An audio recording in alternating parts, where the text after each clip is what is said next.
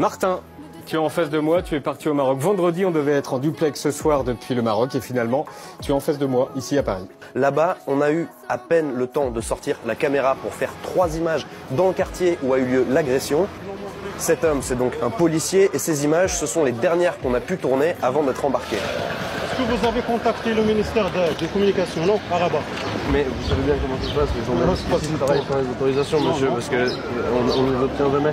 Il y a une loi qui réglemente ça. On n'a pas été bon. Hein?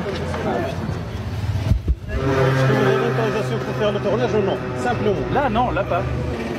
Donc vous nous donnez le caméra, on va vous emmener vers là. Tout d'abord, on a passé plusieurs heures à la préfecture de Beni Mellal. Ensuite, on a été transféré par la police au commissariat de l'aéroport de Casablanca. On a de nouveau attendu plusieurs heures. En tout, on a été retenu environ une douzaine d'heures. On a dormi dans une salle de l'aéroport sous surveillance policière. Et ce matin, ils nous ont amenés à notre avion pour nous expulser. Mais c'est quoi votre problème avec le Maroc, les Français, là? Alors, il y a 2 journalistes qui ont été expulsés pour avoir enquêté sur les autorités marocaines. Et ils viennent se plaindre, la liberté de la presse. Mais allez vous faire mettre, en fait. C'est arrivé un moment, tu vas pas dans les pays d'à côté pour faire des enquêtes complètement à l'encontre du gouvernement d'un pays et penser que tu vas le faire en toute impunité et que tu risques rien. C'est pas comme ça que ça marche. Moi, tu frappes à ma porte, tu rentres, tu fais une enquête sur ma famille, mais c'est même pas, je vais pas t'expulser de la maison, moi, je vais te séquestrer, en fait.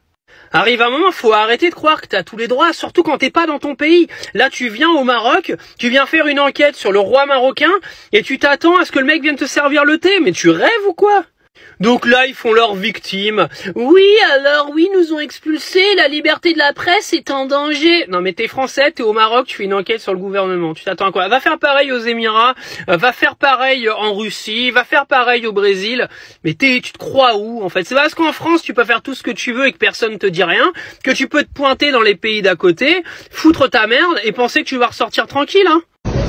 Alors voilà, en fait, la vie a repris son cours, tout va bien. Marrakech n'est pas en ruine comme on peut entendre sur les chaînes pourries genre BFM, LCI et compagnie.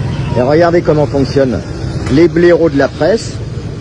Il y a juste un tout petit éboulement à un endroit. Et regardez-moi tous ces blaireaux de journalistes. Voilà, ils sont tous là. Voilà, toutes les télés elles sont là. Regardez-les. Toutes les télés elles sont là parce qu'il y a juste une rue. Alors que franchement, tout autour, tout est nickel. Arrêtez de regarder ces chaînes de merde.